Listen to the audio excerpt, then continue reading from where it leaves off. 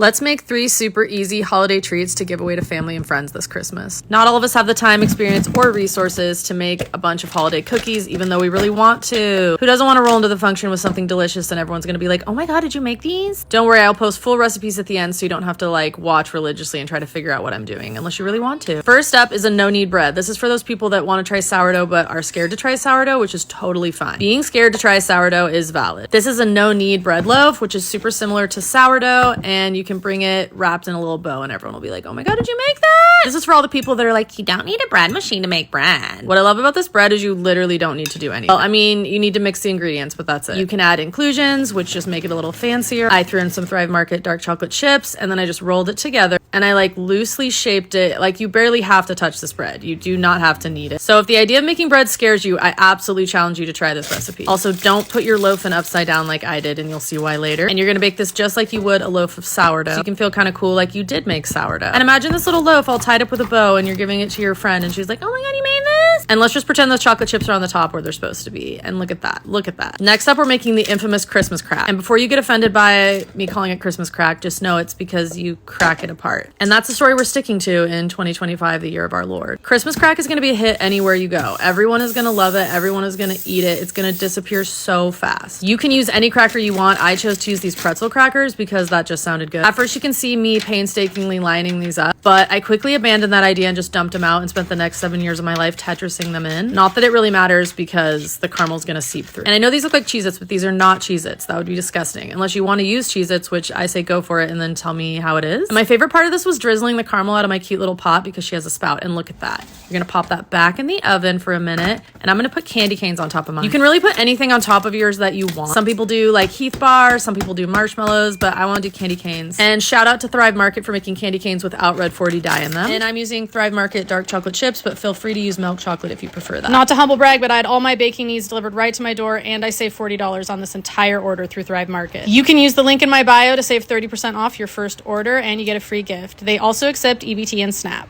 I highly recommend checking them out. I think the most satisfying part is cutting up your Christmas crack because it's just not the holidays without crackers covered in caramel, chocolate, and candy cane. I mean, look at that. You know that tastes good. You know you want to come over here and rip it out of my hand. Do it. Do it. And I saved the best for last. You know I saved the best for last. Thumbprint cookies. Thumbprint shortbread cookies are the best cookies, and I will die on this hill. They are insanely easy to make. Anyone can make them, even a baby. A baby could make these. Look, there's my baby right now helping me make them. These are cute because if your kids help you make them, it's got their little thumbprint in them. Just make sure they wash their hands so your friends don't have to eat their boogers. And you can fill them with whatever jam you like. I like to use raspberry jam. Just don't overfill them or they'll leak out and burn all over the bottom. So make sure you use less than you think. And make sure to immediately transfer these to a wire rack when they're done so the bottoms stay nice and golden brown like this one. So try one of these recipes, let me know what you think, and happy holidays, besties. I love you all so much.